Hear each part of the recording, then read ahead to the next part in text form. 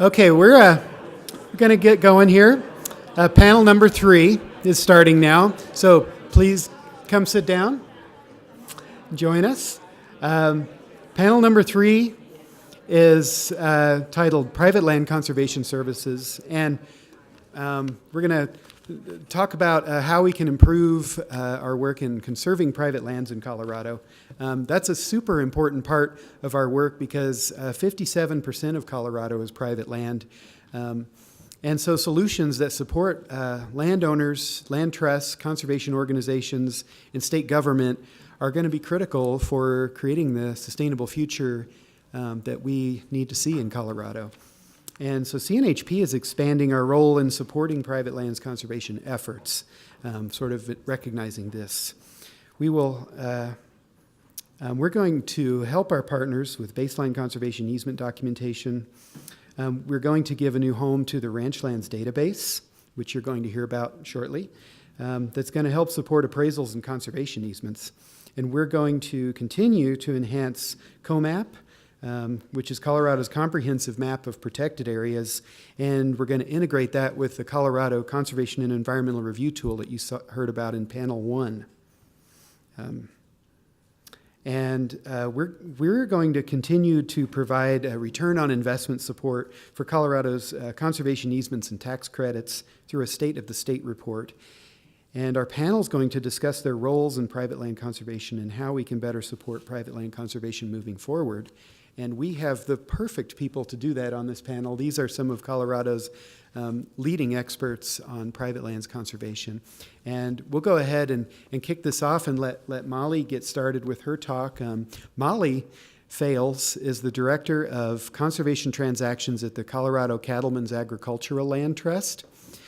Prior to joining CCALT in 2015, Molly served as the Conservation Director at the Montezuma Land Conservancy. In her role at CCALT, she manages conservation easement transactions and assists in resolution of stewardship issues. She holds a BA in anthropology from Dartmouth College and a JD from the University of Oregon School of Law.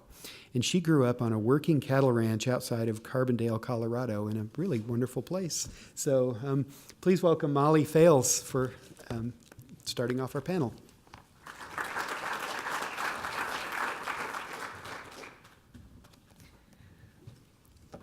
See if I can successfully work this. Good so far. So like you just heard, Colorado has a pretty high percentage still of privately owned land. The really critical thing about a lot of that land is that it is the lowlands and the agriculturally fertile lands and the ecologically really valuable lands. So we've done a pretty good job of conserving our high alpine. It's easier to designate a wilderness around some spectacular alpine lakes. It's not necessarily as easy to protect the valley bottoms or the grasslands of the eastern plains. And those areas are what are primarily privately owned. So that's where private land conservation comes in. Colorado, we've done a lot of work. There's currently just over 2 million acres that are held in conservation easements across the state. And a conservation easement is a tool where a private landowner works with a land trust or a local government to essentially donate and eliminate the development rights on their land. And they're designed to protect a variety of resources from the agricultural values to the wildlife habitat values, the scenic values. They also work for historical values, although that is less relevant here. Across Colorado, there are approximately 38 certified conservation easement holders. About 9 of those are local government entities, 1 watershed organization, 1 water conservancy district. And of those, the remaining groups, there are land trusts, which are just not-for-profit organizations like the Nature Conservancy. So there's 5 of them that work in Colorado that also work across the U.S., 2 statewide land trusts, including the Cattlemen's Agricultural Land Trust, and then there are 20 local or regional land trusts. So there's a wide variety of partners for landowners to work with. We recently convened a study, or worked with CSU in the Colorado Natural Heritage Program to complete a study of the benefits of this private land conservation and to show what the state gets in return for their investment. We have a really fantastic tax credit program in Colorado where if you do a conservation easement for that donated value, you receive transferable tax credits. This is fantastic for private landowners because most farmers and ranchers don't have a ton of tax liability. So a tax credit to them isn't worth that much because if you don't owe anything on your taxes or you owe very little, who cares? Being transferable, you can sell these, which means that they can actually get cash to fund improvements on the ranch, to send a kid to college, to take care of their parents' retirement for doing the conservation easement. Because a lot of the landowners are very land rich but cash poor. So the conservation easement can be a really fantastic tool to allow them to conserve their land, do the right thing that way, but also generate some income to take care of their financial needs. So the study we did with CSU and CNHP shows a number of benefits. I think the really key takeaway is for every dollar the state invests, they're getting up to a $12 return on that investment, which is pretty good. That said, we're facing a lot of challenges in the state right now for conservation. The Cattlemen's Land Trust, we're the largest statewide land trust, one of the largest land trusts in the country. We have conservation easements on approximately 560,000 acres across the state. We have completed 312 projects. We have a couple more conservation easements because some properties that we have done an easement on are split into 2 ownerships. Right now, we have a massive amount of interest in conservation from landowners, particularly on the Eastern Plains and up in Northwest Colorado, which is fantastic. The Eastern Plains have some of the most amazing conservation values in the state. From like a biodiversity, from a carbon sequestration perspective, those grasslands are incredibly valuable. The challenge is the way conservation easements are currently valued is based on the development pressure.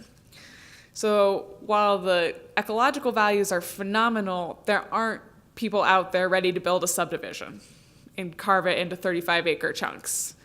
There may be in the future, but right now, that's not a huge threat. So when you have an appraiser come out to determine the value of the conservation easement, the easement is valued at 10%, 15%, 20% if you're lucky, of the overall property value. And that, in general, just isn't enough to incentivize the landowner to go through with the conservation. It's also, easements have gotten much more expensive to complete, so in many instances, I ran a scenario the other day on 600 acres down in southeast Colorado, dryland farm, partial dryland farm, partially irrigated, but by the time you calculate the value, the landowner was going to spend $30,000. Well, they were going to end up $30,000 in the hole by the time they paid to complete it and after they received the tax credits. That doesn't work. So that is one of our biggest challenges right now. It's a challenge for all land trusts. Most of us don't actually get paid for completing a project until the project is completed. So we had 5 projects down in the Poncha Pass area at the upper end of the San Luis Valley. We had come up with estimates, and that's something that we're going to work on with this Ranchlands Database, because everybody wants to know at the outset, what am I going to get? What's my financial bottom line? And we try and guess. Hopefully we have an recent appraisal from nearby, but it's guesswork.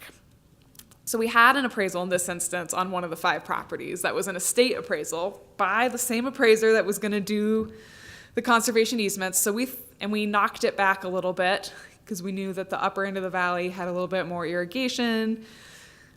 We thought we were being pretty conservative. Well, 5 years later, when those appraisals came in for the conservation easements, they were about 50% of what we thought it was going to be.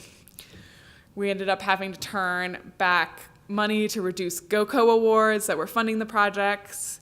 2 of the landowners dropped out because it just didn't make sense for them anymore.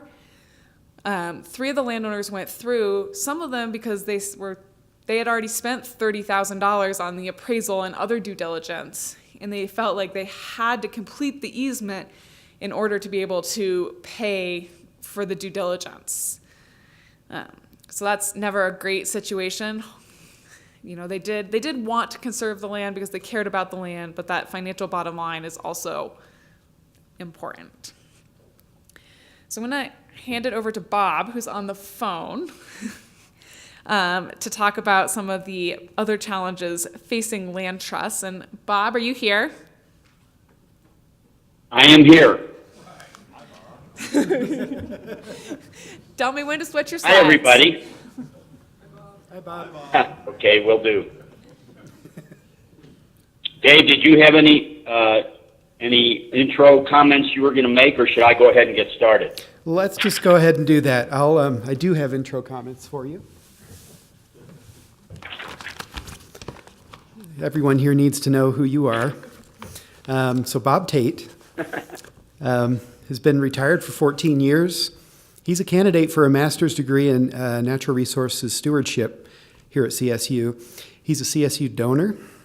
Bob has also volunteers. He volunteers for multiple organizations, including TNC, Wildlands Restoration Volunteers, and he does this with an emphasis in natural resources stewardship and ecological restoration.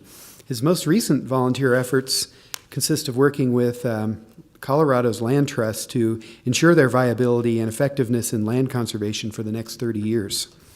He is also serving as a manager of special projects for Colorado Cattlemen's Agricultural Land Trust on a part-time basis. He's got 15 years of domestic and international corporate real estate experience, looking at site selection, lease negotiations, facility design, construction management, facilities management, lease administration, and surplus property disposal, and 20 years of domestic and international human resources experience with Deutsche Financial Services, ITT Commercial Financial Corp., and other national and international firms. He got his MBA from Southern Illinois University in 1977 after he finished his MA in psychology from Washington University in 1970. His leisure, I don't know how you've had time for leisure activities, but they underscore a passion for conservation and the outdoors, and that's, he does a lot of skiing, biking, mountain and road biking, hiking, and volunteering. So with that, we'll let you go ahead and tell your story, Bob. Okay, thank you, Dave, and sorry I couldn't be in person there with you all, but I'll do my best here. First of all, I just wanted to say we, in the land conservation community, and also speaking for Cattlemen's Agricultural Land Trust, we're very appreciative of CNHP's effort to partner with us on some of the thorny issues that are facing the land trust community, some of which Molly already alluded to. So I'm speaking as a volunteer to the community as well as a participant now with Cattlemen's on some, as Dave said, some special projects. Much of my work over the last year has been with the Gates Family Foundation, which a lot of you may have heard of. They're a major donor to Colorado natural resource programs, both public and private partnerships. They're the largest private donor to conservation in Colorado, with in 2016, according to their annual report, they donated well over $327,000 to various facets of private land conservation, principally to assist with large easements that were accomplished around the state. And as Molly alluded to, it's getting an easement done these days is often a financial challenge because of the initial outlay and the length of time for a CE to work its way through the process. And they've given over $3 million in the same vein over the past 6 years. So in late 2016, the Gates Family Foundation decided to host a series of 5 meetings during 2017 and invited personnel from the various land trusts across the state, as well as service providers to the land trust community, such as attorneys, appraisers, groups that do baseline conservation studies, etc., to discuss and enumerate what are the major challenges that face the land trust community now and what will be the situation for the next 30 years. Essentially, this movement is about 30 years old, and as Molly said, we've conserved over 1 million acres across the state. But some of the models that we've used, including the appraisal, are sort of old school, and we need to come up with new ways to value easements and so on. So those were, I'll get into those in just a second. But we identified, next slide, Molly, please. We essentially identified 5 major areas in the series of 5 meetings last year. One of them I just alluded to is the issue of conservation easement valuation. This is complicated by the fact that appraisers are increasingly aging and retiring, and the Colorado Division of Real Estate, in order to right some wrongs that took place over 15 years ago, has become super critical as far as approving appraisals that generate tax credits to the point where they've created a massive backlog.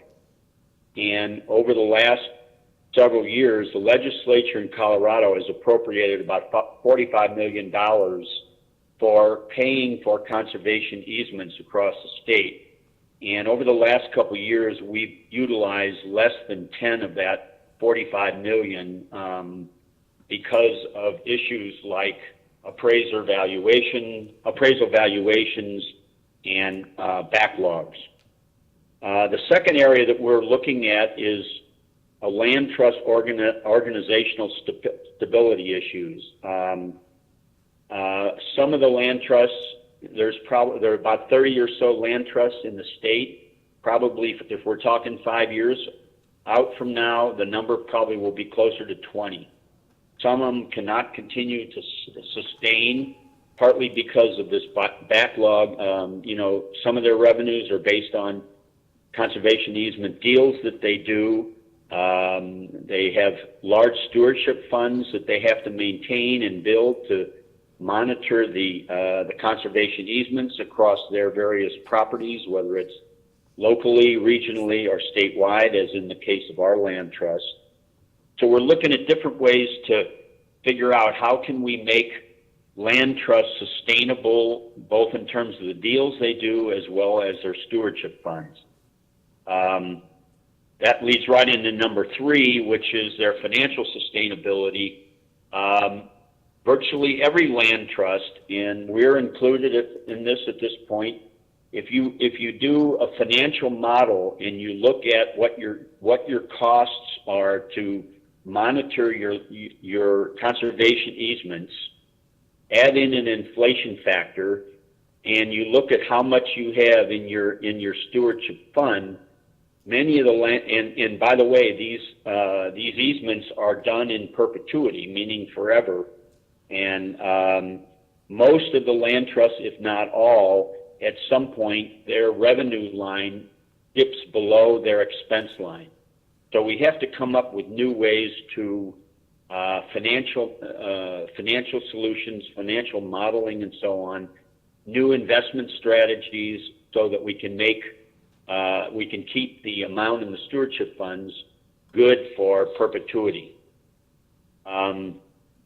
Another area we're looking at is land conservation communication strategies, both within the land trust community and outside.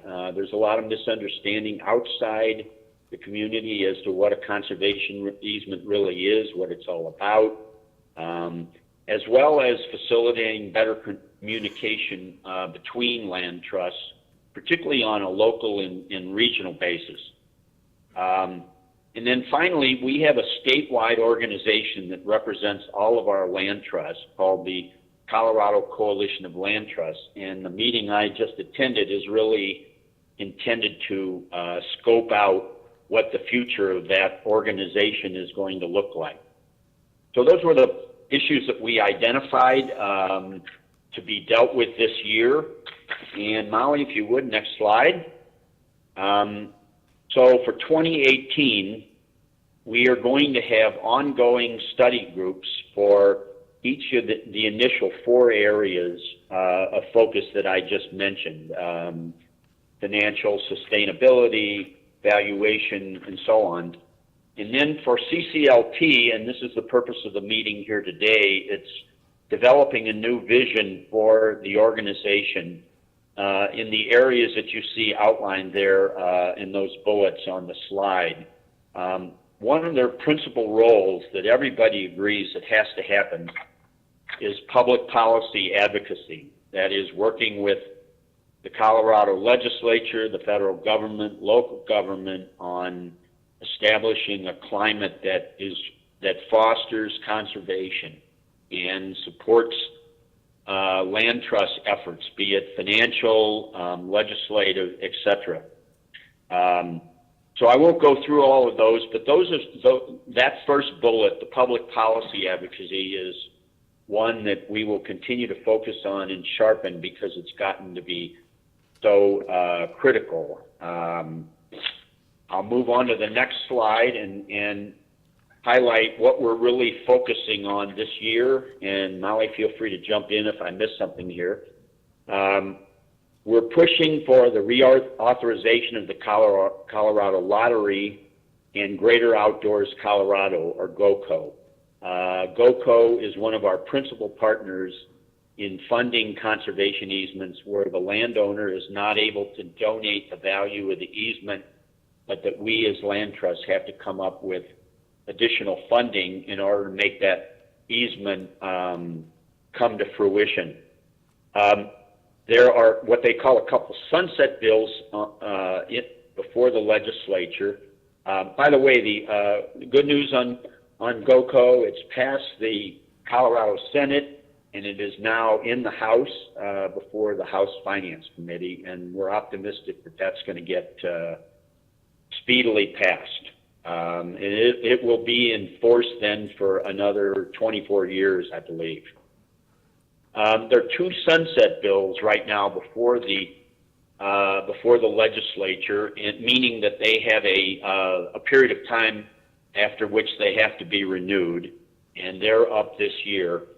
And one of them is on the continuance of easement holder certification, better known as land trusts primarily. We land trusts have to be certified by the state and ideally accredited by our national body, the Land Trust Alliance, in order for us to do tax credit easements in the state of Colorado. So in the case of certification, so the new bill will provide either two levels of certification, a 5-year certification wherein the land trust is entitled to legally able to engage in easements that involve tax credits, and what they call a registration for land trusts that will be doing easements but not in those that are involving tax credits.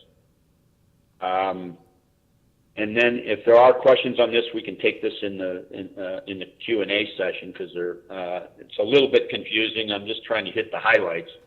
And then finally, a really critical bill is the Conservation Easement Oversight Commission. There are a couple provisions to this, and actually there's about 6 or 7. I just highlighted the 2 major ones, and one is that moving this commission from a level 2 to a type 1 commission, which will give it additional power to engage in rulemaking authority and authority to make final determinations on conservation easement appraisals. And this is really probably the biggest one, and that is moving the oversight of the conservation easement program from the existing Department of Real Estate to the Office of Conservation. We are very much in favor of seeing this happen because it should go a long way towards breaking up the bottleneck that we've had that I mentioned earlier with the Department of Real Estate. And Molly, I'll turn it back over to you.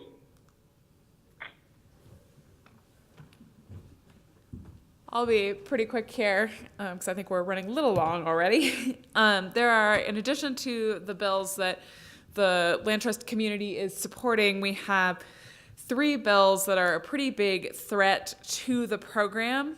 All of these bills, and actually the sunset bills, will have hearings on March 15th if anyone is looking for an exciting day seeing how our state government process works.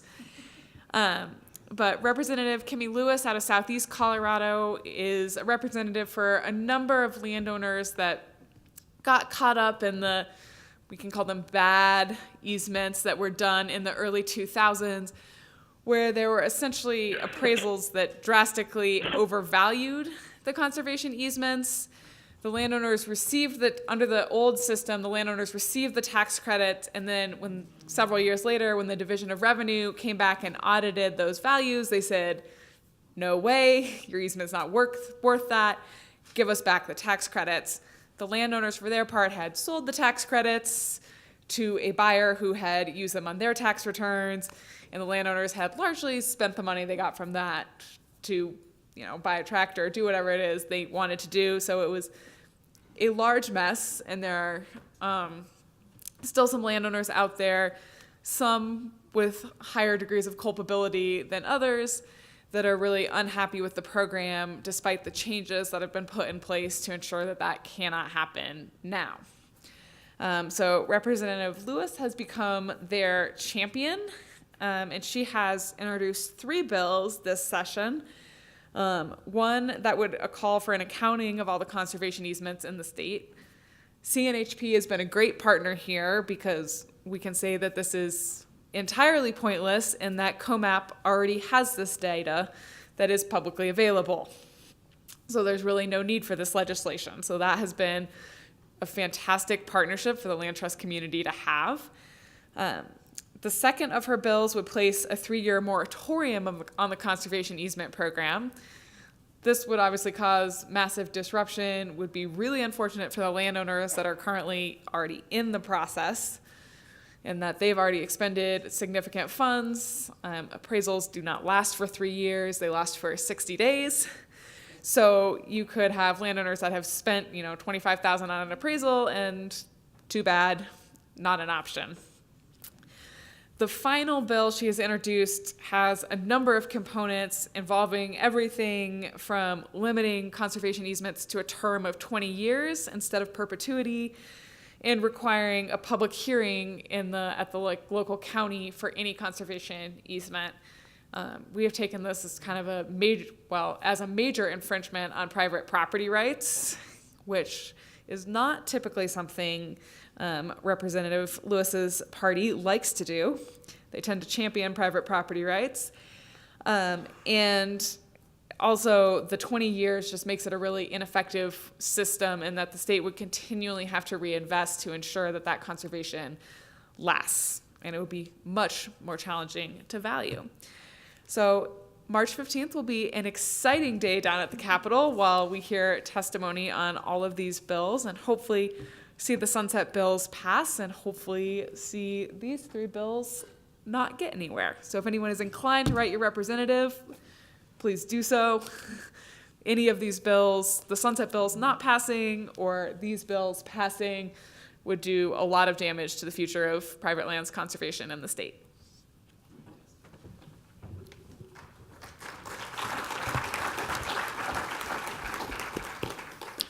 Thank you so much, Molly and Bob. That was really a great way to get us off to a start here. And I also wanted to give credit to Bob for the partnership with COMaP, because it was Bob's donation that allowed us to get the conservation easements fully up to date in COMaP, and also fund the return on investment study that Drew's going to talk about. So thanks, Bob. And go ahead and introduce Oh, sorry. Go ahead, Bob. No, thank you. So I'll go ahead and introduce our next panelist now, which is Terry Schultz. Terry Schultz is with the Nature Conservancy. She provides science support for the land protection and asset management teams at the Nature Conservancy. She documents conservation values and conservation easements and assesses the impacts to those values of actions on easements. She also serves on the executive committee for the Conservation Coaches Network, a group of conservation planning leaders from more than 600 individuals that come from 50 or more than 50 organizations around the world.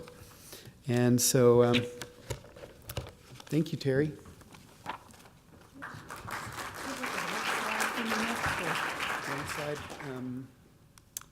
Nope. No, We'll just leave it there. I don't have yeah, slides. you guys could put the CNHP logo up. Yeah, awesome. So my role today is to talk about how science fits in with the conservation easement process. And I'm going to talk mostly about what I've done as a scientist at TNC with our conservation easements, and then speak a little bit to how CNHP might be useful to other organizations. So conservation easements are incredibly flexible for those that don't live and breathe this wonkiness every day.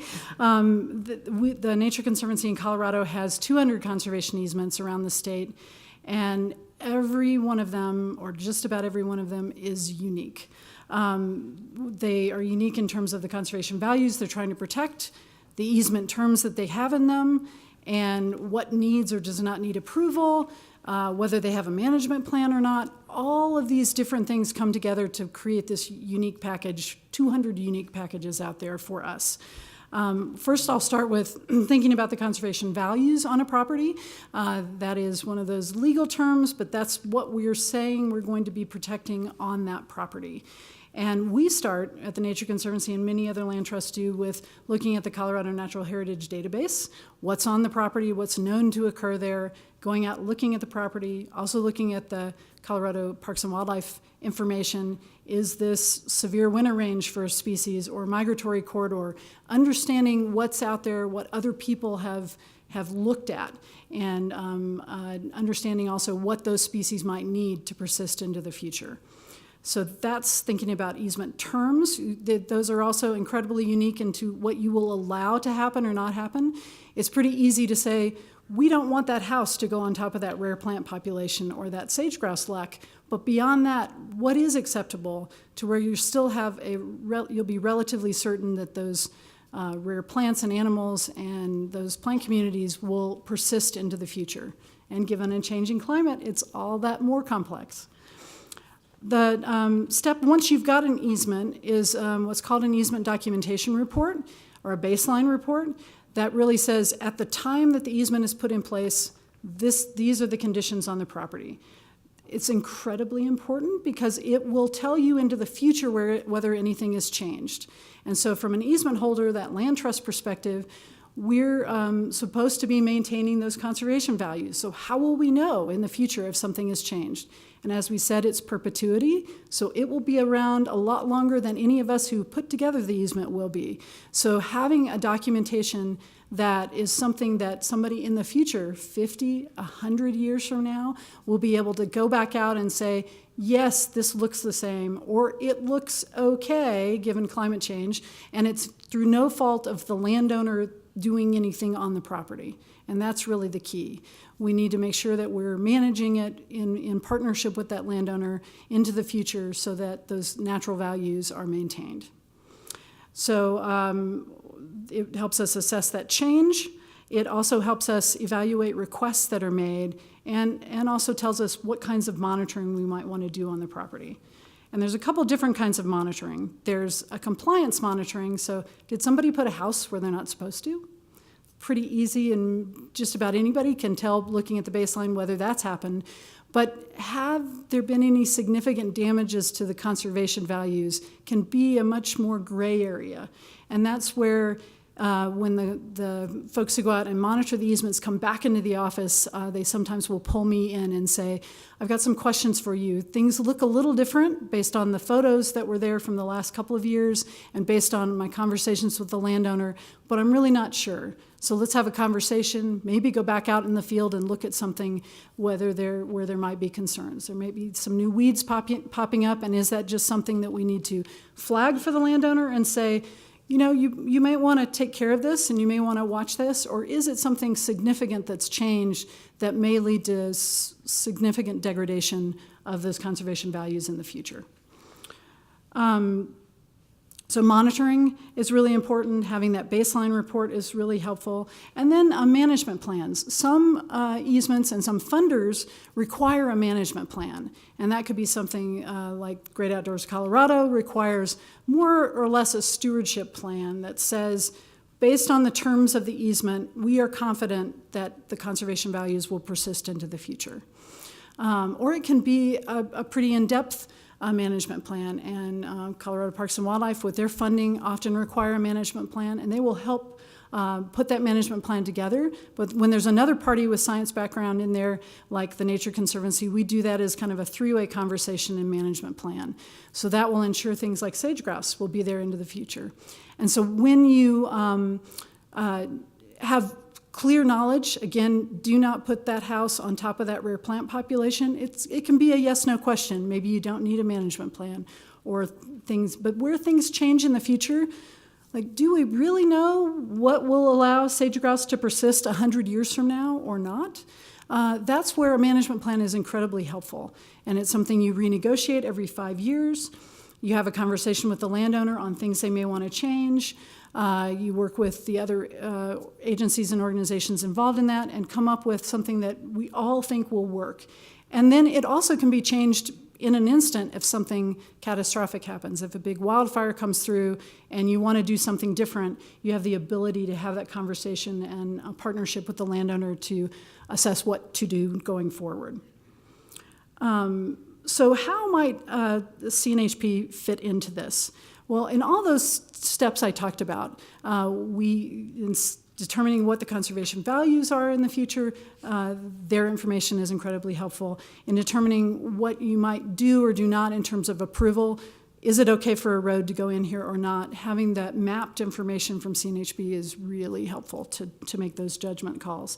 In monitoring and how you might go out if you want to put out some ecological monitoring, getting some help in what's the appropriate kind of monitoring to have in place for a certain species or habitat type, of wetlands, for example. And then in setting management plans. The other thing I thought of was that easement terms, as I said, these can be unique documents. And so for a land trust that's working with sage-grouse for the first time, what are the best practices in terms of management terms or easement terms that you would want to see in conservation easements around the state? And I can see that the Heritage Program might serve as a library for easement terms for certain species and habitats out there. And I think that would be really valuable for the whole land trust community. So I have just a couple stories, quick stories I'm going to tell about the role of science in kind of thinking about what we want to do out there on the land. And one of those is with where there's third-party minerals that are on a property. So a landowner may not want oil and gas development on their property, but if somebody else holds the minerals, that can happen. And for several of our easements, or some of our easements, we have the right to have a seat at the table when the landowner is negotiating a surface use agreement. And so being able to come in, bring the science information in with the landowner, and being able to have a presence in there as the land trust who also has a property interest there to say, this is where you should not put some roads, you should not put an oil and gas pad because it's too close to that LEC. Being able to work with CPW to bring in that good information in there to those negotiations, I think we've gotten some better results on the ground. I mean, we might ideally not want to see any oil and gas out there, but that's not our call. And so by being able to negotiate and work with the landowner and work with that oil and gas company to get the best possible results for the conservation values is really helpful to have that somebody with a science background to bring in and have that conversation. And then just thinking about this as a partnership with the landowner, being able to provide them with management advice about a weed species that they're just found or about livestock grazing practices, and being able to connect them to all the other great agencies sitting here in the room, so Natural Resources Conservation Service, Colorado Parks and Wildlife, that they may not have worked with in the past, and being able to say there are resources available and funding available to help you with doing your land management. So those are the roles that I see that science kind of fits in with conservation easements, and we'll be happy to take questions at the end. Thanks.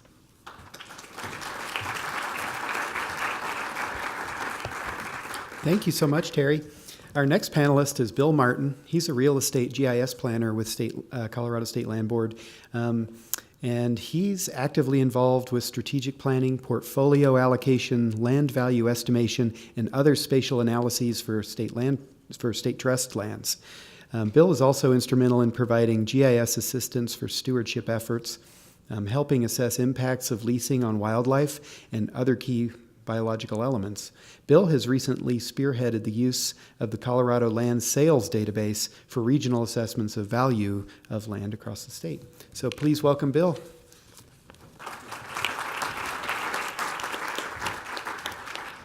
All right. Thanks, David, and thanks to all the staff at CNHP for having me up here. It's a real honor, real treat to be up here. The State Land Board has been working with the Heritage Program for the past 15 years in COMaP since its beginning, so it's really nice to be amongst partners and friends and continue that working relationship. So I'm going to talk to you a little bit about state trust lands and our role in land management as well as private land conservation services. I'll provide an introduction to the Ranchlands Database, otherwise known as the Colorado Land Sales Database, and also just kind of take a trip into the future to see where we might go with it. So right off the bat, just curiosity, show of hands, who's familiar with state trust lands, and who? Most of you are. That's good. I won't spend too long on this, but this is just a quick map of the United States and which states were given state trust lands at their inception. So most of the lands in the West received state trust lands at statehood, though not all of them have them today. A few of them sold off all of their holdings, Ohio and Kansas. But the state of Colorado retained the majority of their surface and mineral lands. We have sold a lot of our lands, but there's 23 remaining states that collectively manage a total of 156 million surface acres across the United States. So that's quite a large land mass that is held in trust by state trust land entities like ourselves. If you're still playing bingo, township and range, here we have another use of the word range. We have 36 sections in each township. So the states were awarded, some were awarded 1, some were awarded 2, some were awarded up to 4 sections of land at statehood. Based on their carrying capacity, lands in the West were very arid, not as productive as lands in the East.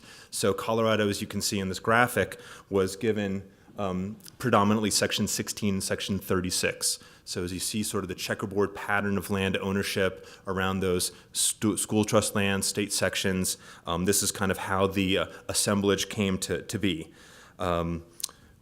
We were, next slide. This is a map of the state of Colorado showing the current amassing of our trust lands. You can see the blue lands are surface lands. The brown lands are mineral estate only. Terry mentioned cases where we have severed estate, split estate, third-party mineral leasing. That's common. There are places where the state of Colorado owns both surface and minerals. There's places where we own minerals only. So in regards to surface use agreements, other stipulations, balancing wildlife, other leasing activities on lands versus mineral development, that's really where the rubber hits the road on a lot of our day-to-day operations. Another thing you can note about our assemblages here is, it's not just all the original checkerboards. We have lands that we received in lieu of getting lands other places. So if you notice, there's no trust lands over in sort of the Colorado Plateau area, Western Slope.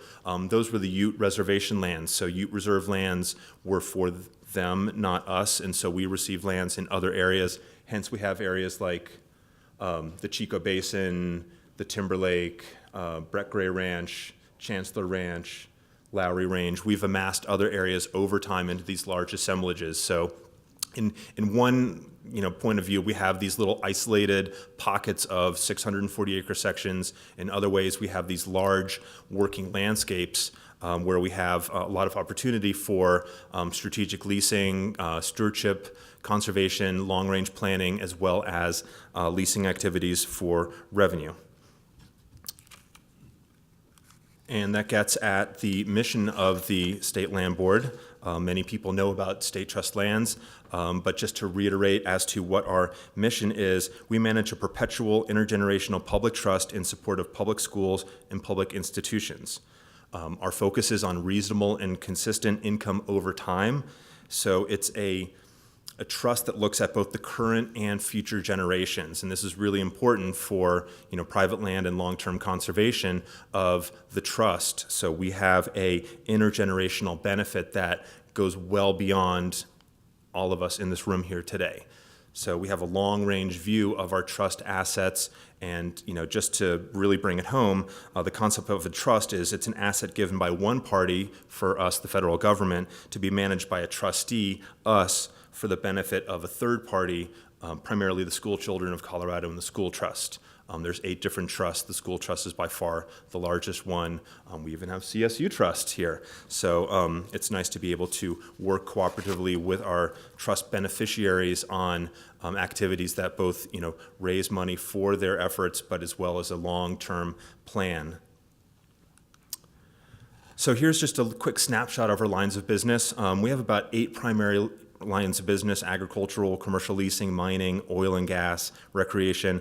We're also branching out into ecosystem services and other stewardship activities that will raise revenue for the trust, which is really good that we have a progressive mindset where it's not just about grazing and mining as it used to be. This is a really key concept. Steering into our role of private land conservation, we have leasing and stewardship incentives.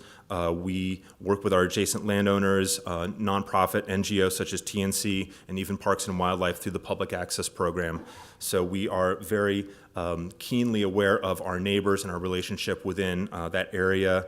We have the Stewardship Trust Program, which enrolls about 300,000 acres, or 10% of our surface lands, in some type of conservation value system. We're still working lands, but these are managed in essence as private lands, but for trust beneficiaries. So there's limited outside access. We have land exchanges and land swaps and sales. So if there's something that we need and we can't do it on our lands, we might sell it to somebody who would have a better use of that land. So there's a shifting balance of our land portfolio, so to speak. And another aspect of us, and this is going to get to the point of the Ranchlands Database, is we have no way to easily determine the value of our holdings based on the fact that they're not assessed. They're not on the tax rolls. These are state lands, but they are not valued by the assessor's office. So we need a way to figure out, based on our uses and what's around us, how we are able to value our properties. So that led to the use of the Colorado Land Sales Database, which is about 10 years old, but began around 2007, 2008 with TNC and Bay Consulting to build a database showing land sales across most of Colorado. We use it with GIS data, parcel data, along with assessor's data for things like desktop assessments, strategic planning, portfolio analysis, and also regional reports, county reports, and other snapshots. It's very useful for us in this way to look at single cases as well as a way to value our whole land base. And the future direction, which we'll get at during the Q&A, looks at the best way to maintain this data, because it is a lot of data mining, collection, processing, aggregating, tying to GIS records as well as county data records, assessor records. And I'm just going to walk you through one example of how we've used this, and then hopefully talk about how it can be used in the future. So here's an area just north of where we are right now. This is the Park Creek Hogback. There's 287, Highway 25, Interstate 25, and this is an area that was proposed for a wetland mitigation bank. So if we're to sell credits, we need to know what the value of the land is to be able to sell the right amount of credits. This is also used for conservation easements, but we will typically use it for land sales and other things like mitigation projects.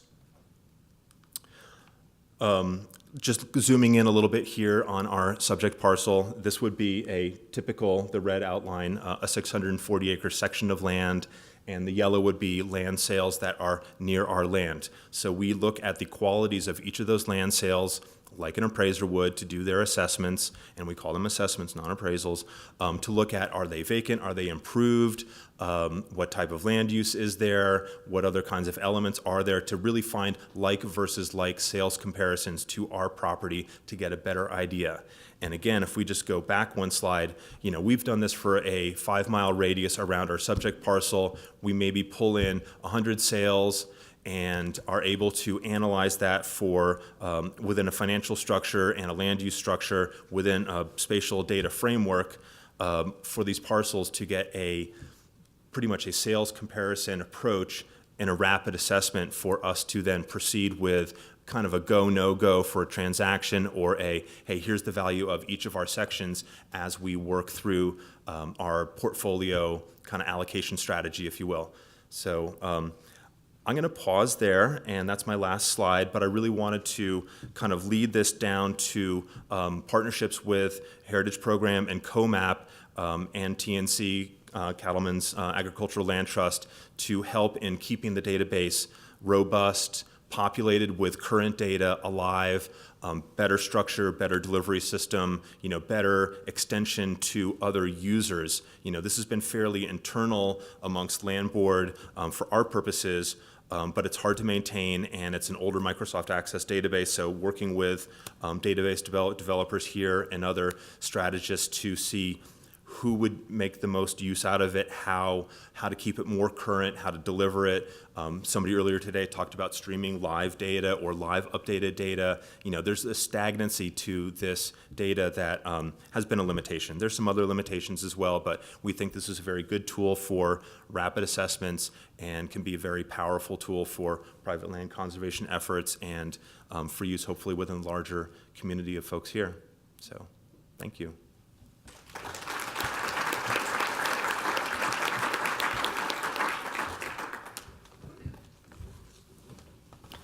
Thanks, Bill. Our last panelist is Drew Bennett. Drew Bennett is a professor of practice at the University of Wyoming. He's the Whitney McMillan Professor the Whitney McMillan Professor of Practice of Private Land Stewardship in the Haub School of Environment and Natural Resources at UW.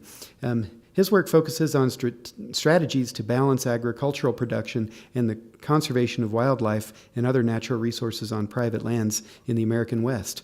He has previously worked with the Nature Conservancy on a cattle ranch in eastern Colorado, for the Mesa Land Trust in western Colorado, where he assisted landowners in exploring conservation opportunities for their land, and as a postdoctoral fellow in the Warner College of Natural Resources here at CSU. So please welcome Drew. Thanks, Drew. Thanks, Dave. It's great to be back at CSU. Unfortunately, as the last speaker of the day, I have the unenviable position of standing between you and beer. I also, for those of you that are still playing bingo, have the pressure here to come through. So I'm happy to be talking to you about representative concentration pathways, as well as highlighting Zinke's role in the bureaus and agencies that he's managing within the Trump administration. So actually, I'll be doing none of those things, but...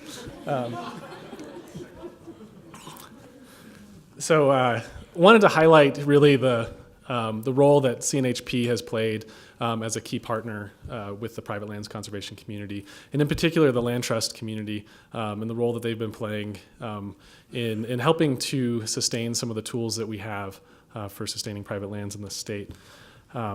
So the example that I want to highlight here was mentioned by a couple of folks, but a study that CNHP and some other folks on campus were involved with, a return on investment study. And the origin of that study came about after a 2016 report by the state auditor And Molly referred to some of the challenges that the state tax credit program has had over time.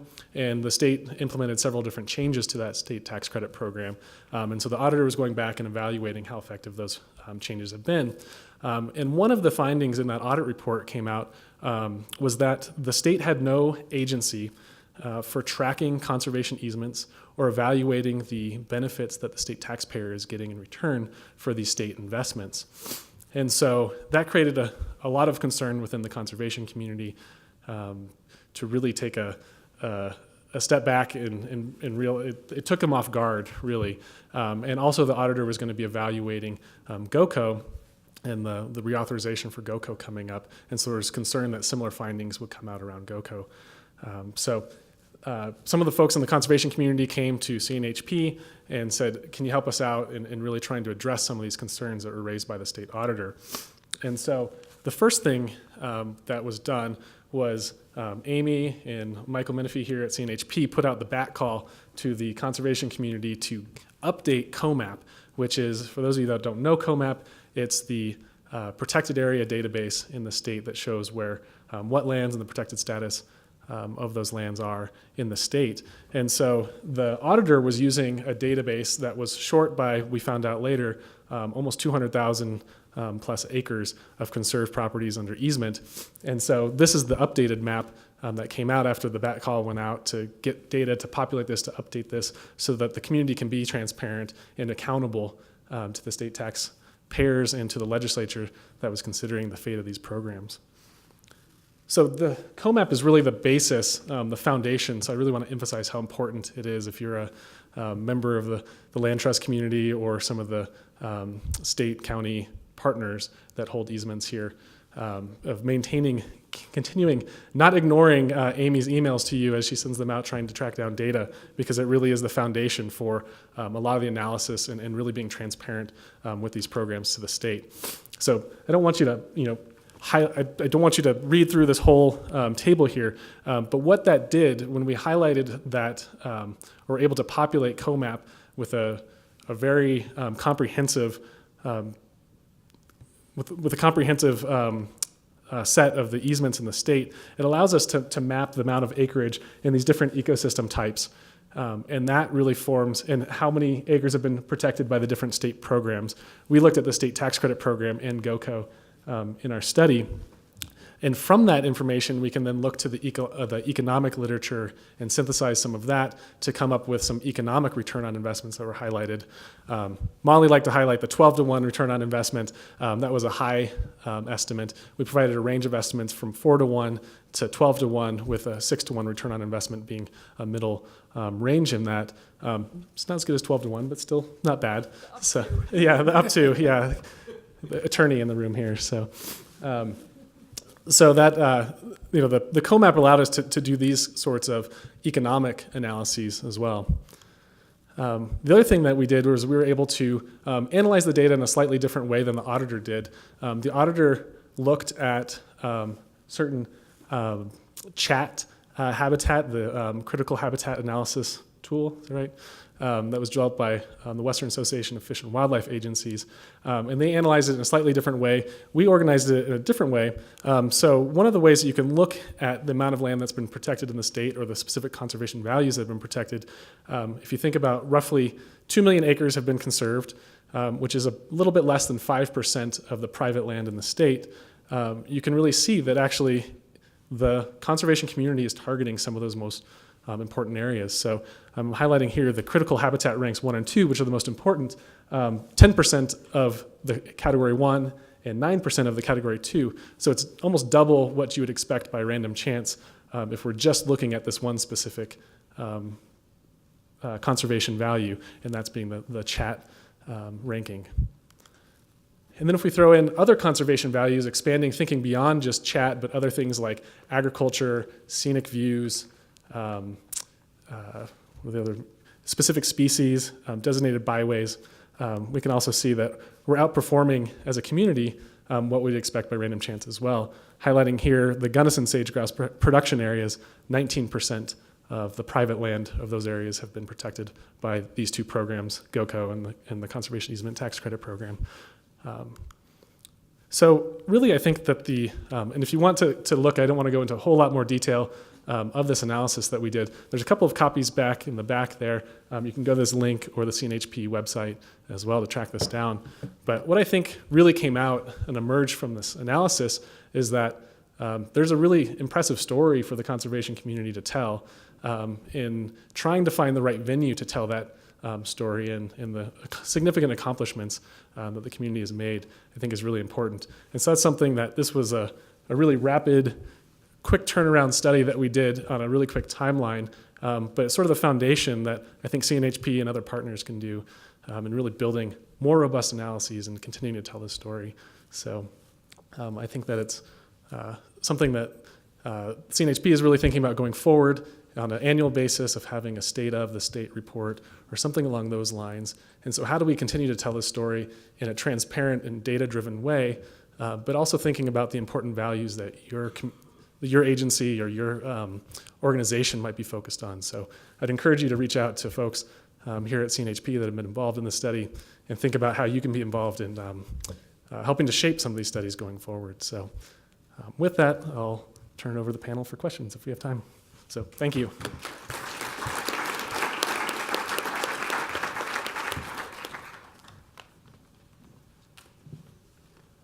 Thank you so much, Drew. So we have several minutes now for questions for our panel.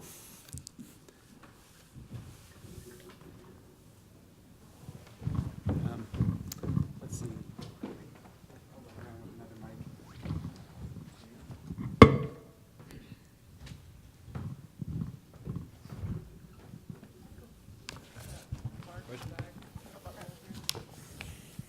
I had a feeling you'd have a question.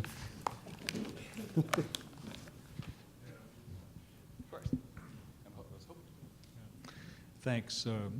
Mark Weston with the Division of Real Estate.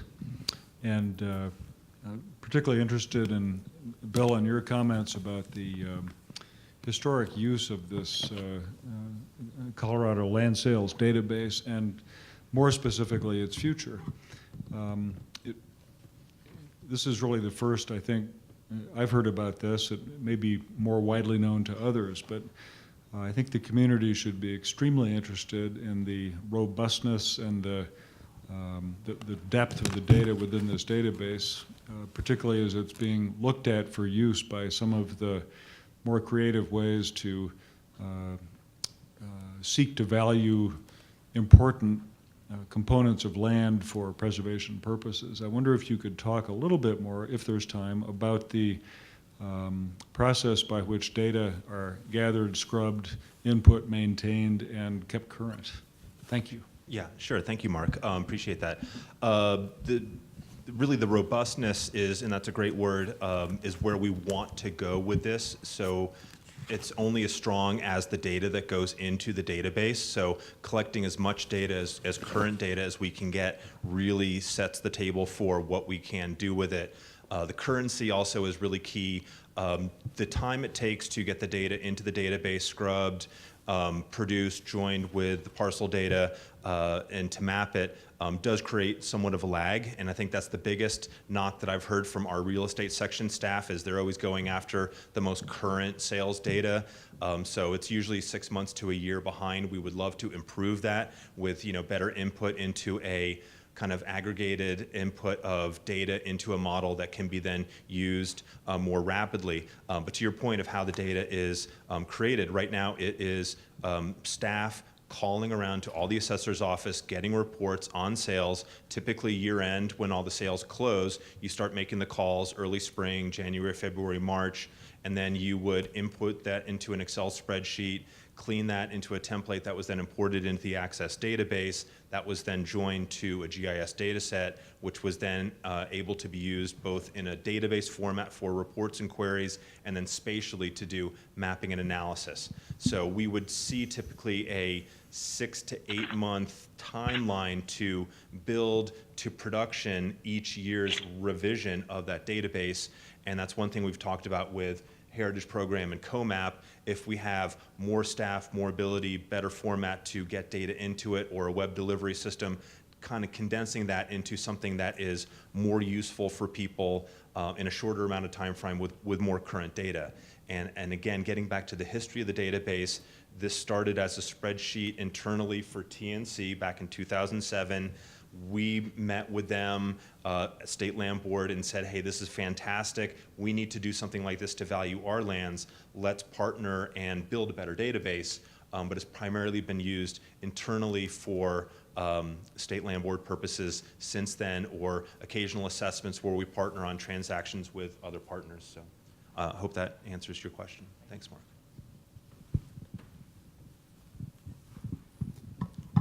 There's a question over here. Someone pointing. Did I get you? Where's the, I'm sorry, where's the question? Oh, I saw pointing. somebody else? I'm wondering, Molly, what is the read on Kimmy Lewis's potential for getting any of these things through, or anybody else that can answer? This is on. I don't know. I'll just speak. That's easy. So the people can hear you on that. We are optimistic that they will die. They hopefully we have successfully worked with committee members, but you never know what's going to happen. Our suspicion is that there will be a number of teary-eyed landowners who got caught up in the bad easements there to tell their story, and I think everything at the Capitol right now is a little bit of a wild card.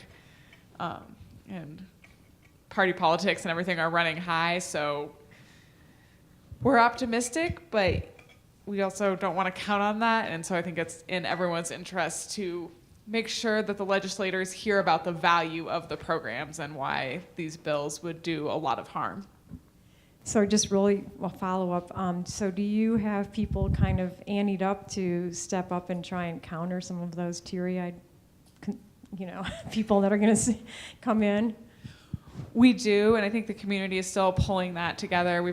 There was a packet that was put together by one of these landowners that came out at the first Sunset Bill hearings that contains a lot of misinformation, everything from land trust ability to take out loans on property and somehow get foreclosed, have a landowner be foreclosed on without them even knowing that they had a deed of trust on their property. That is not possible. No bank is going to loan a land trust money on something that they don't own, that they just hold a partial interest in. So there were a number of facts, well, quote unquote, statements, I should call them statements, not facts, alternative facts in her packet.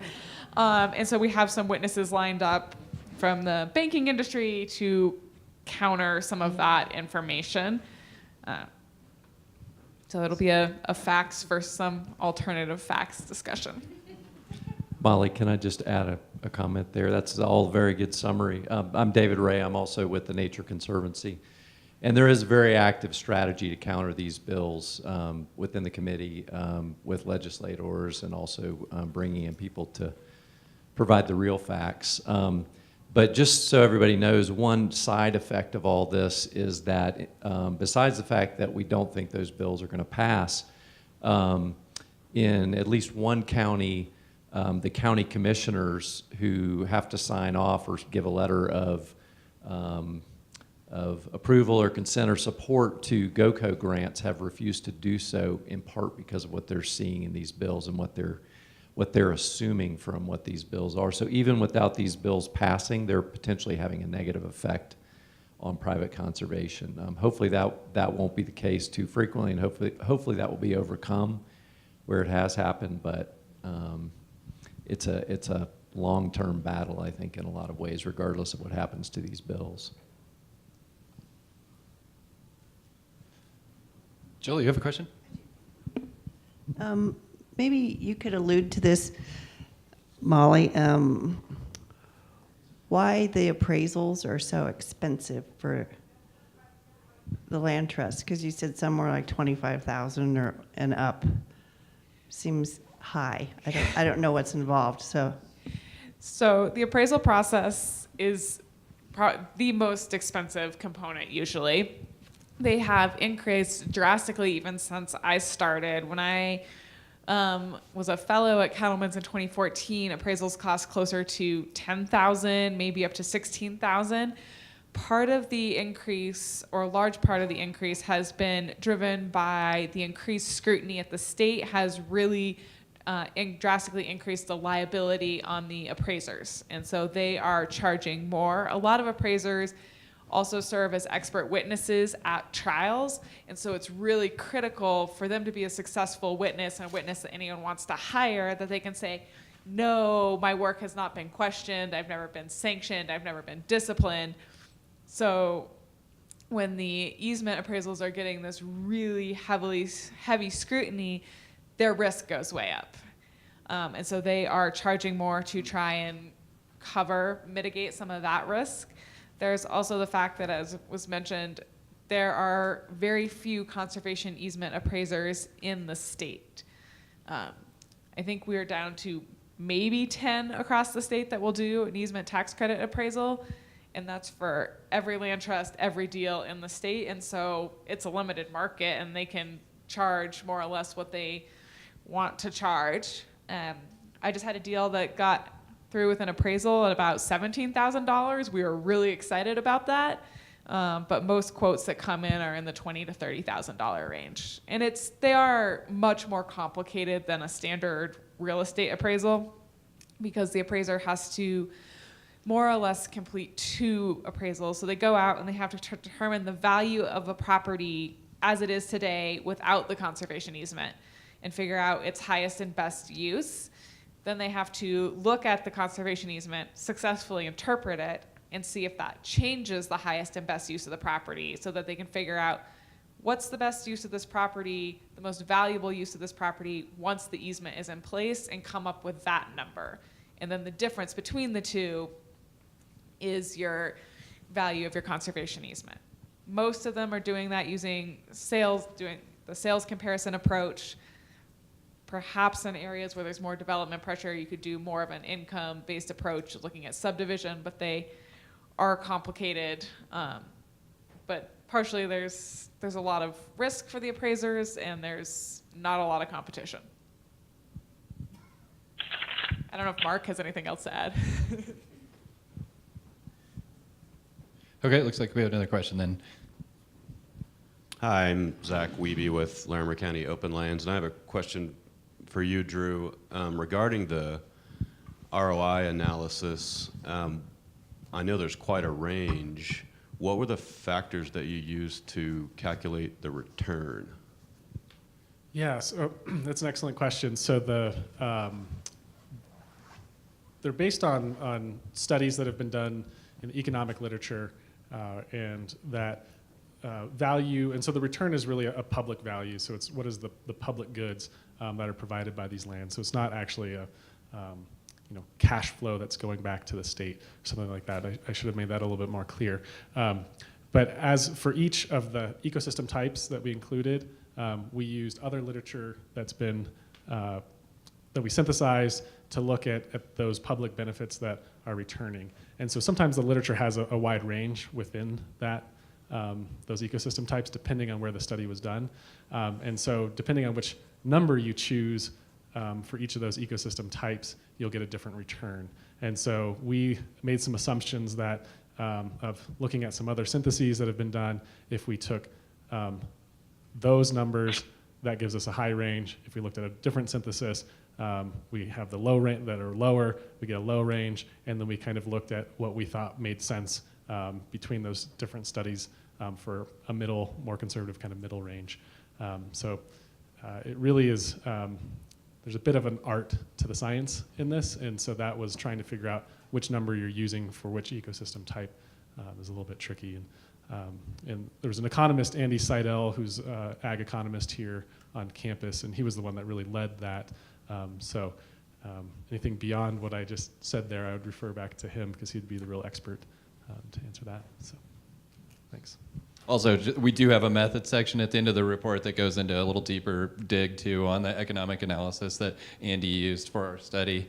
And I just want to thank everybody, in the land trust, private lands conservation community to opening up their data to us, because it really let us see the incredible success story that is private lands conservation in Colorado. And I think some of this had been hidden from public view before, and I think it's also great for all the agencies here to just know to tell our success stories. And I think the conservation community is incredibly good at telling the world it's on fire, but we're not so good at telling the world that we're doing a great job.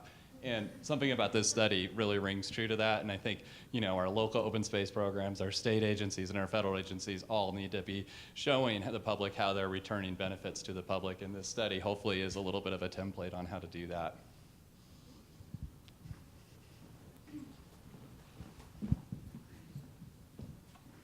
Hi, so after looking at the presentations today, I can see how the Ranchland Sales Database could help the land trust community, but there also seemed like there still would be some real challenges, because knowing the nearby sales will kind of help you prevent those surprises years down the road.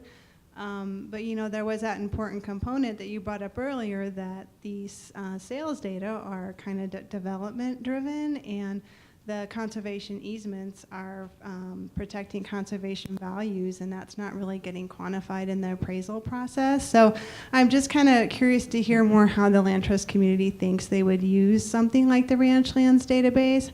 And then is there any kind of concerted effort for the community to try to fill in those gaps that you guys have mentioned about the conservation value piece being missing, and what's kind of being done to work towards that?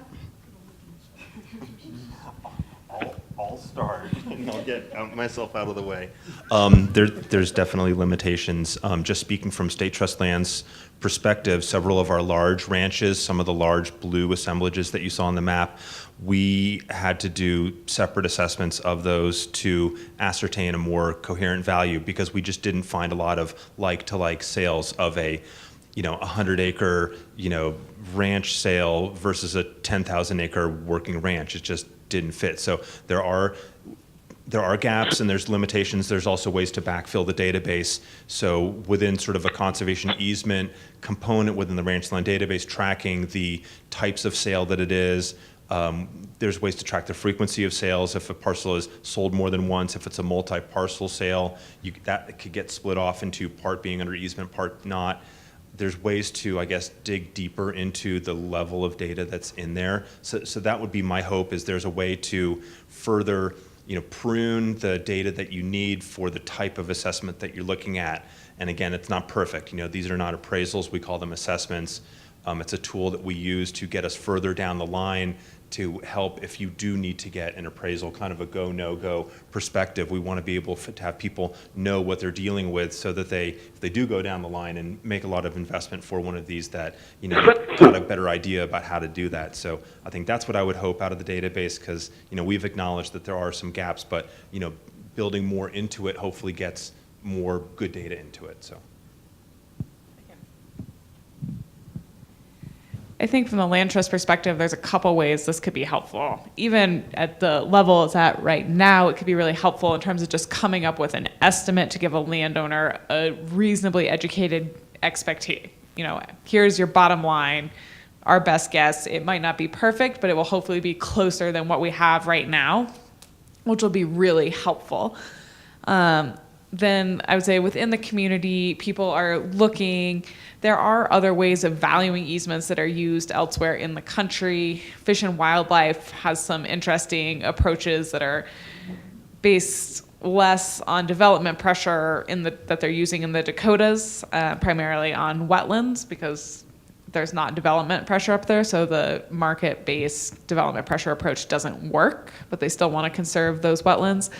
So we are exploring options. I think everyone's trying to think ahead. There are areas of the state where the current system works really well, but we anticipate a lot of that shifting. I think states like Montana have seen it already. We see it a little bit in some more resort-based communities like Route, or where the recreational values of the property are really high, where you have wealthy individuals that really want to buy that stretch of the Yampa River. And maybe it has a house on it. Maybe they just plan on buying the neighbors too. They want that stretch. They don't really care the price tag.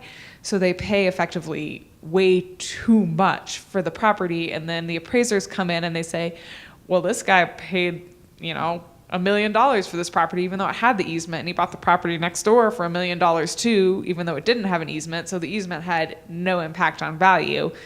And that's suddenly a sale that all appraisers have to consider when they look at an easement in Routt County.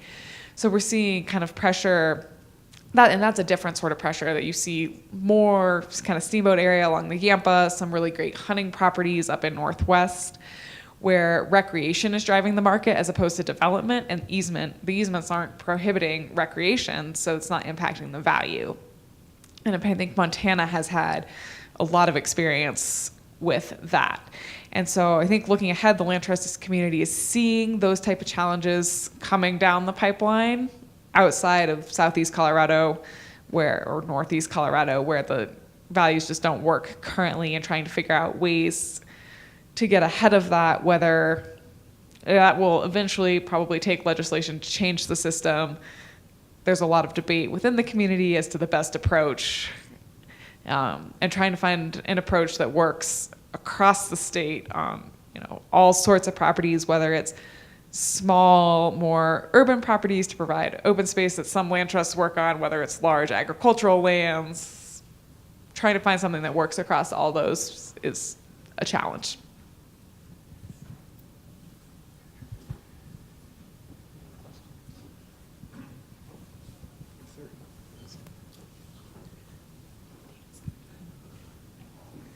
This is Keith Schultz from NatureServe, and I just had a question if any of the panelists had experience with conservation easements transferring from, when they're sold, having them enforced.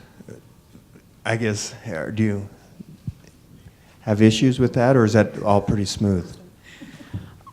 Usually it goes pretty smoothly. So we ask all of our easements contain language requesting or requiring that the deed transferring the property to the new owner reference the conservation easement. They are all recorded in the public record, which means that somebody doing a title search should know that they are buying a property that has a conservation easement on it. That said, second generation landowners are going to have different incentives. They did not get the financial benefit of doing the easement, although they should have purchased the property for a lower amount, but that can be a hard dichotomy. They may not understand the terms of the easement as well. You see that even within the second generation in a family where the parents do the easement, the kids now are in charge of the property. They might not know the terms as well. We've had mostly no problems, which works pretty smoothly. We send new landowners a welcome packet that includes the conservation easement, the baseline. We make a real effort to go sit down with them in person, ideally on the property, to go over things, give them an opportunity to ask questions, invite them to events in their area, and really build that relationship. I think the relationship is the key component of avoiding issues in the future. We had, Cattlemen's had a large issue on one of our older easements that sold. It was back before it was standard practice to receive for the land trust to get a title policy on the conservation easement. And in that instance, the original grantor of the easement had apparently owned the land as an LLC, which was he owned 99% of, his wife owned 1%, but he failed to sign the easement as his name president or manager of the LLC. He just signed it. The deed transferring the property to the new owner referenced the conservation easement. We had talked to the new owner before he purchased the property. He bought it knowing full well that there was an easement on it, but immediately turned around and tried to sue to remove the easement, saying it was a wild deed on the property and outside the chain of title. So that was a really fun, expensive experience. The land trust did ultimately prevail, but we went through the trial court, which ruled on summary judgment, went to the appeals court, and the landowner tried to take it to the Supreme Court, but they denied cert, thankfully. So those issues are out there. Most of the time they can be avoided by building a good relationship with the new owners.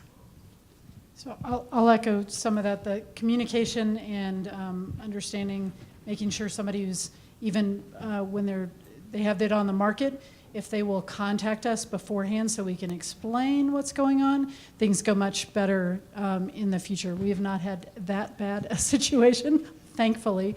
But I would say it's often with our older easements because they're a bit more vague.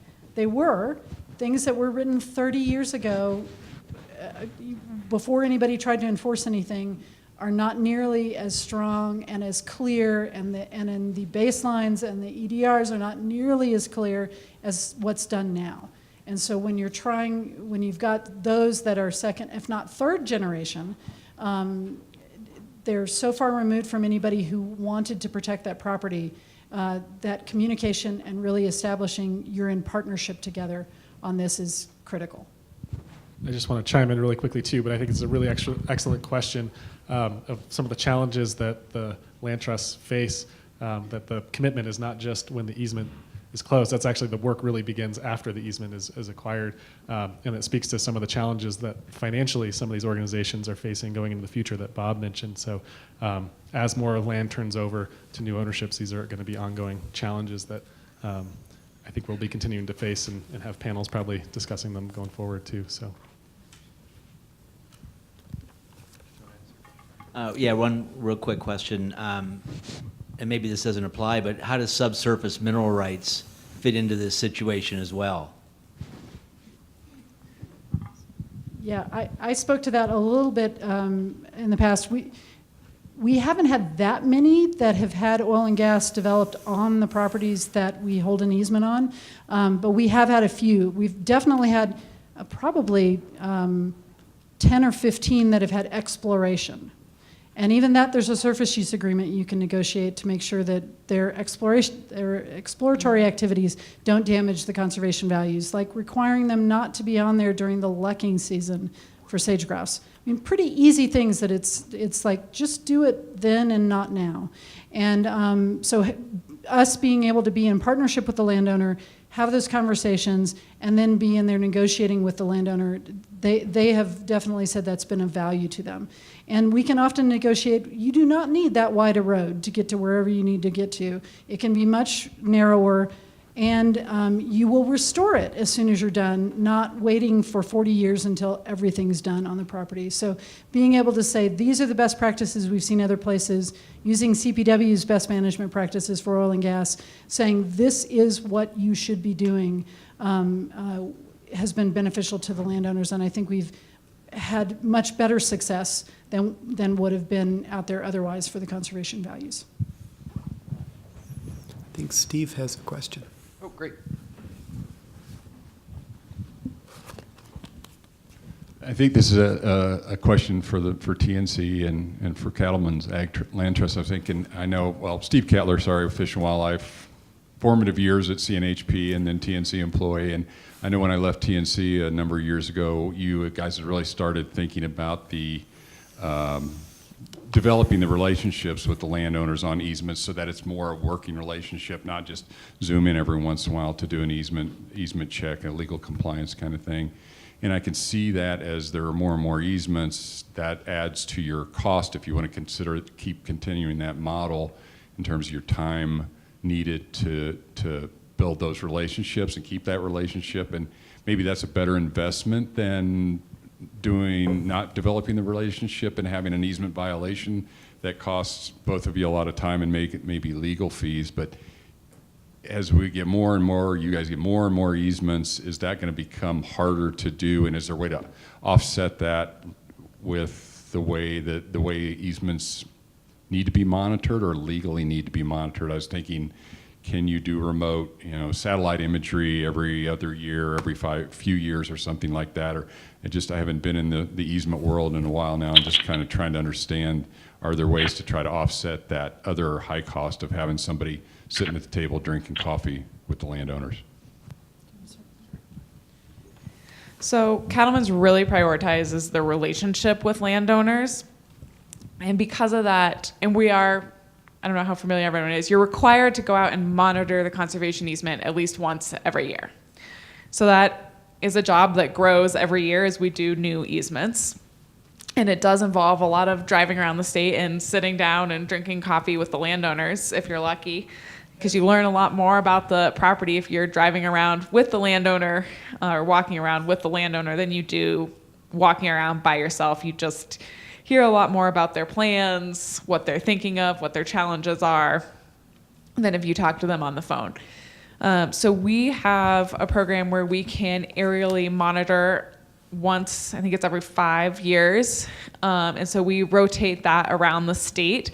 That is amazing. It typically takes us, for instance, our easements in like Weld County usually take us 3 days to get through. We can fly it in a morning. So that has been really great as a tool. We also are exploring kind of a contract monitoring program where we have 5 or 6 contract monitors. Bob helped us out some last year, but we usually use somebody that's local to the area. So we have a woman that is a professor down at Otero Junior College pick up a bunch of our easements in Southeast. So that's fantastic in that she's down there year round. Everybody knows her. There's a lot of times where you're going to run into somebody at the grocery store and say, oh, yeah, I was thinking of changing this. Do I need to tell you guys? And then she can call us and give us that information. So that's fantastic to have local people in the community. Even if they don't see them at the grocery store, they might hear about it. So that has also been a way to reduce our staff time. Similarly, we've explored some remote options, but again, we want to be on the ground every year at all places, but you can't see every acre every year. And so how do we supplement with some of those remote sensing technologies to look at the property as a whole, to also help you say, well, something looks a little different here. When I go on the ground, I'm going to go to that part of the property. But since we want it to be a relationship, we still want to be able to at least have a conversation if it's on the phone, since we have a lot of absentee landowners, as well as some on the ground.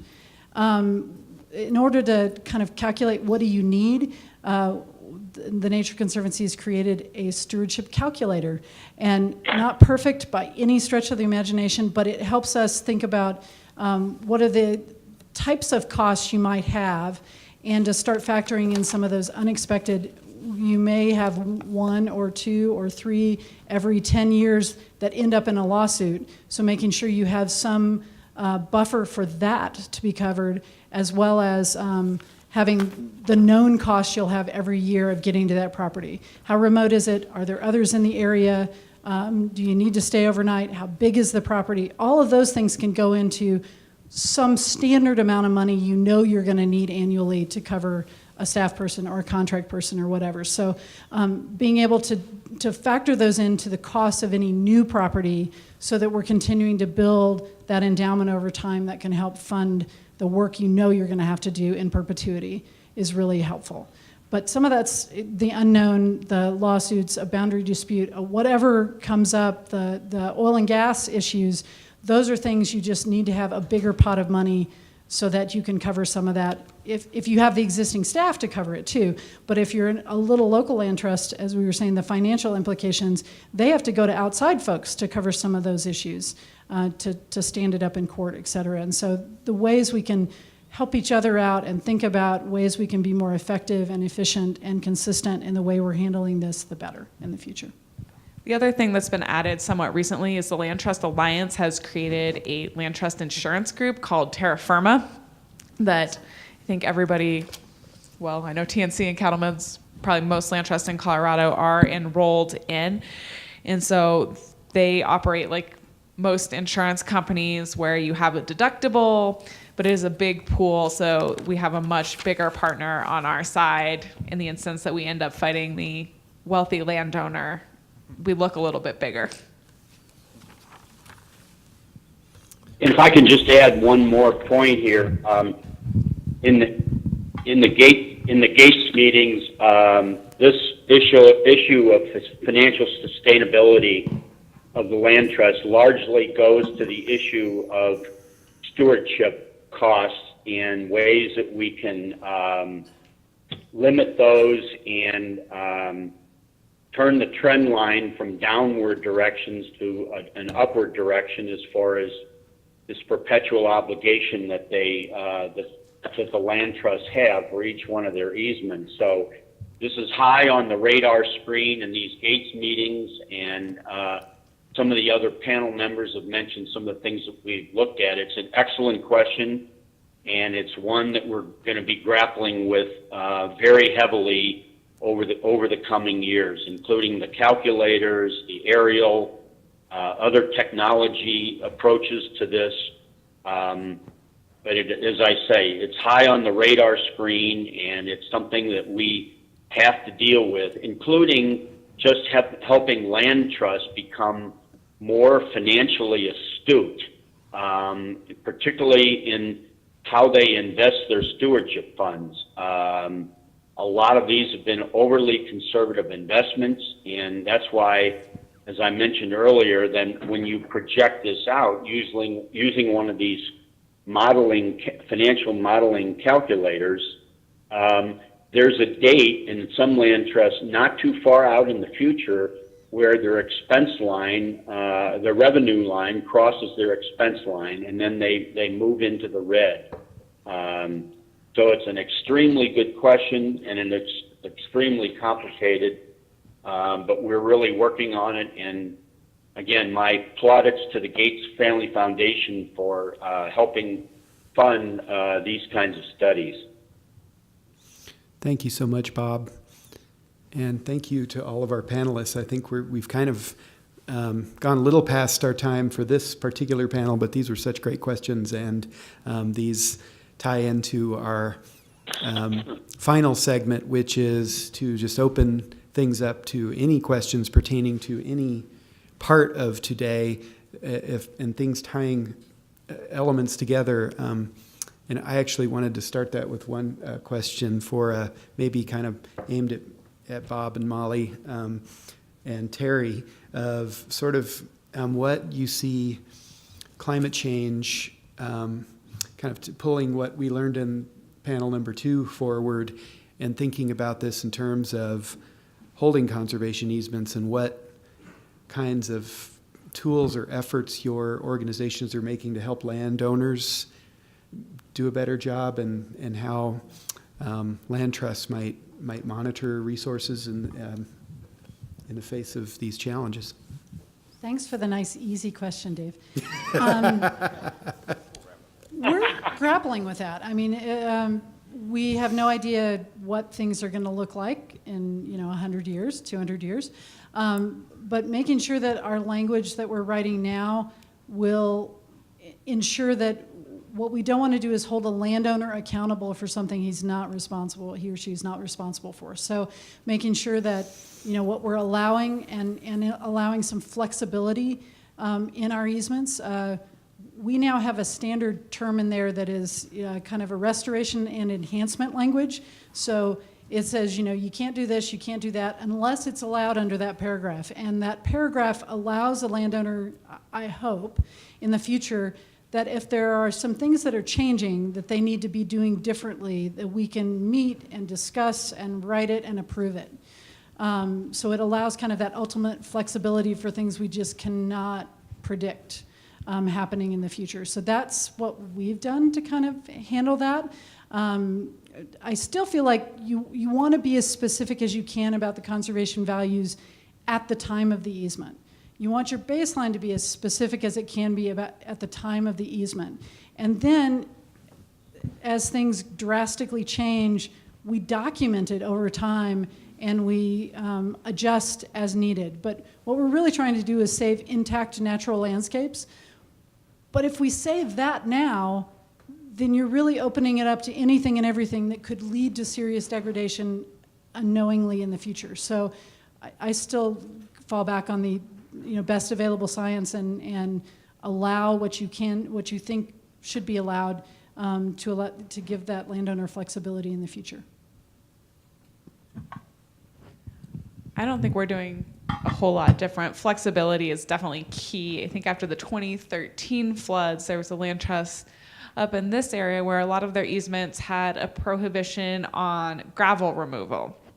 And then the floods came through and they had easements where irrigated hayfields were suddenly buried under 4 feet of gravel. And they were like, well, the easement says we can't remove gravel, but the whole point of what we wanted to protect was this irrigated meadow. And so you want some flexibility in there to allow you to say, yes, this removing the gravel off the top of your hayfield is not gravel extraction. Go ahead and do that.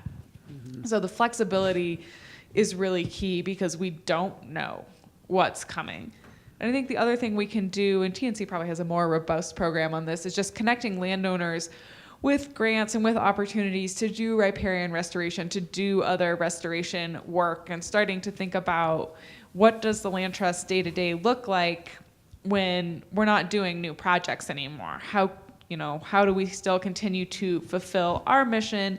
How do we help these landowners connect to the resources they need to have successful agricultural operations that continue to maintain these conservation values that we wanted to impact and protect? So how do we connect people to resources? And I think that will probably be a role that CNHP can be really helpful in. Well, we're excited to work with you on that. And do we have one more? I think we could squeeze in one more question, and then we got to wrap it up here. Go ahead.